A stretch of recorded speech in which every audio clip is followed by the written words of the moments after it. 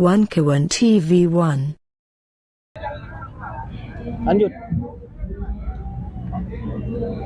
Sama siapa? Sendiri? Enggak, rame anak-anak. Anak-anak udah sana semua. Anak-anak ada.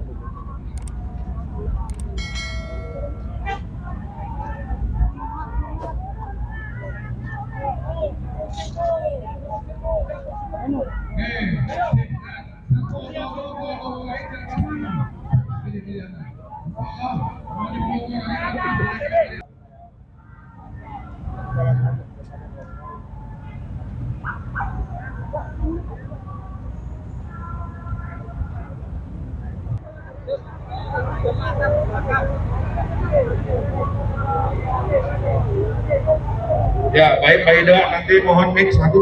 Di sini adalah mereka dengan embel-embel pejuang demokrasi yang ingin menghancurkan tirani yang rusak demokrasi.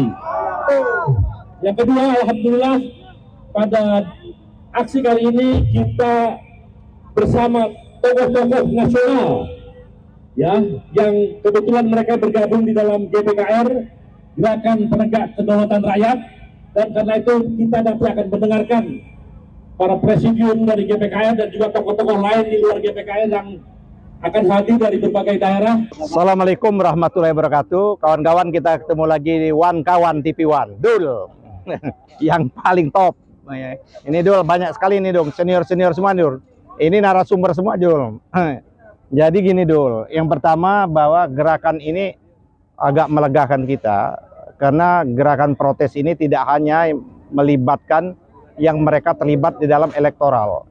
Kan kalau elektoral itu ada 01, 02, 03. Tapi ini melibatkan seluruh sivitas akademika yang tidak terafiliasi ke Pilpres.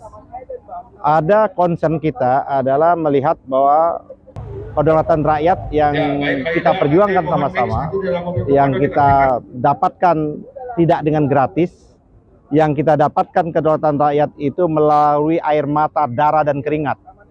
Pada tahun 98, kita nggak tahu di mana posisinya Pak Jokowi pada waktu itu. Pak Jokowi ini adalah bukan pejuang reformasi, dia adalah penikmat reformasi, seperti itu. Dia menikmati betul hasil jeripaya, keringat, darah, dan air mata, harta dari kawan-kawan kita. Nah, oleh karena itu dia tidak paham tentang demokrasi. Dia gunakan instrumen-instrumen negara ini untuk melanggengkan kekuasaannya. Kenapa dia harus melanggengkan kekuasaannya? Karena selama 9 tahun dia berkuasa, banyak sekali persoalan-persoalan yang kalau dia lengser, kemungkinan besar bahwa satu-satunya presiden di Indonesia ini akan diadili itu adalah Jokowi. Begitu banyak pelanggaran-pelanggaran konstitusional, tindakan-tindakan yang koruptif, nepotisme, kolusi, dan lain sebagainya. Nah, oleh karenanya dia tetap ingin memperpanjang kekuasaannya.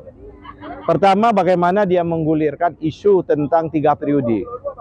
Kita bersyukur alhamdulillah Ibu Mega masih menjaga kewarasan kita berdemokrasi.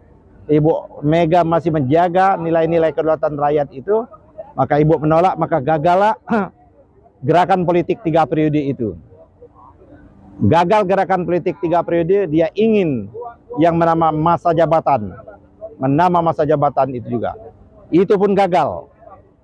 Menambah masa jabatan gagal, dia mencoba untuk menunda pemilu. Itu pun gagal. Dan akhirnya dia mencoba menggunakan pola kotak-katik konstitusi dengan menggunakan orang satu kampung saya yang namanya Kodori, mencoba untuk memasangkan Prabowo Jokowi. Dan itu pun jualan itu nggak laku. Nah, akhirnya dia menggunakan cara sedemikian rupa, menggunakan instrumen yang namanya Mahkamah Konstitusi. Bagaimana keputusan Mahkamah Konstitusi dengan perkara nomor 90 itu agar bisa memberikan jalan kalau orang Melayu menyatakan laluan kepada si bocil ini, yang anaknya ini, si Gibran ini.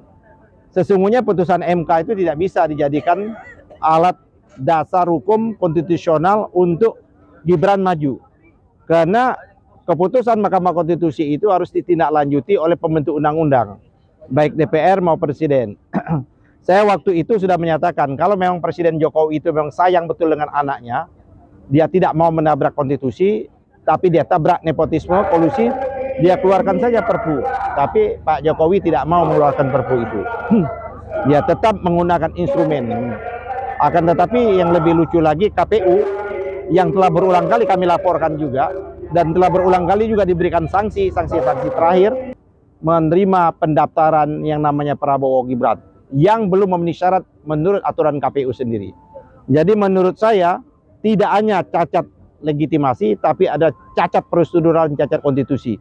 Dan ini akan digugat sepanjang zaman. Itu yang pertama.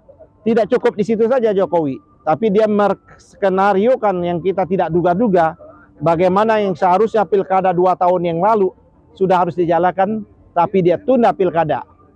Dengan ditunda pilkada itu, maka kekosongan kepala daerah dia angkat dengan yang namanya pejabat gubernur, pejabat bupati, dan pejabat wali kota. Dalam satu pertemuan, Jokowi menanyakan kepada Mendagri, Saudara Tito Karnavian, jejak digitalnya masih ada, yang menyatakan kepada Pak Mendagri, berapa lama bisa mengevaluasi pejabat-pejabat ini. Pak Tito pada waktu itu menjawab 1 bulan sekali. Jokowi menyatakan tiap hari dia bisa evaluasi. Artinya dia memberikan isyarat kepada pejabat-pejabat bupati, gubernur, dan wali kota, kalau dia tidak tunduk patuh kepada dia, maka setiap hari dia bisa ganti. Oleh karena itu menurut saya, kondisi kerusakan konstitusi ini sudah begitu parah. Demokrasi kita yang digunakan sebagai demokrasi prosedural yang digunakan untuk membajak semikian rupa ini tidak mungkin bisa kita selamatkan dengan hal-hal yang bersifat biasa-biasa saja. Karena kerusakan ini sudah luar biasa. Oleh karena itu gerakan hari ini adalah merespon mencegah kerusakan semakin nyata. Gerakan hari ini, gerakan kampus, gerakan mahasiswa, gerakan buruh, dan gerakan rakyat semesta tidak dalam konteks untuk memenangkan pasangan 01 dan 03. Tidak dalam konteks untuk bagaimana untuk pemilu mungkin bisa diulang. Bukan sekedar itu. Tapi gerakan hari ini adalah untuk menyelamatkan bangsa ini dari kehancuran.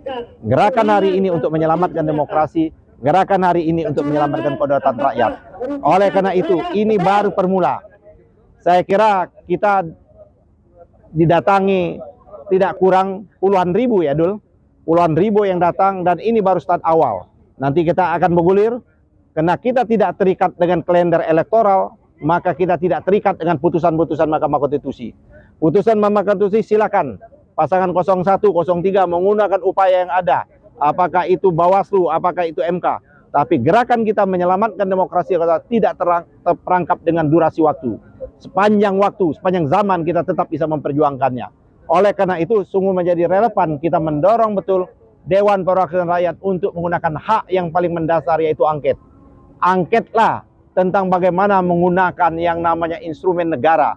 Bagaimana Jokowi menunda pemilu kada, bagaimana Jokowi memanfaatkan yang namanya pejabat daerah, ya, pejabat gubernur, pejabat wali kota. Bagaimana Jokowi menggeser-geser anggaran negara menggunakan bansos dan lain sebagainya. KPK begitu gencar menangkap kepala-kepala daerah yang menggunakan bantuan sosial, yang menggunakan instrumen-instrumen sosial dalam rangka pilkada.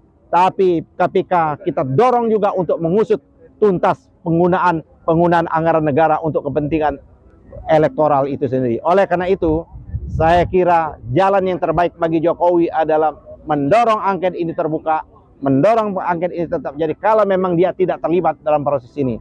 Tapi kalau dia terlibat, maka tunggu rakyat yang akan mengadili.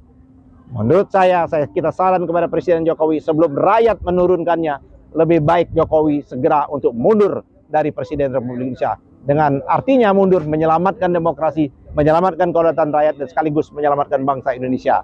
Takbir, Allahu Akbar, merdeka! Hukum rusak, tidak adil rusak.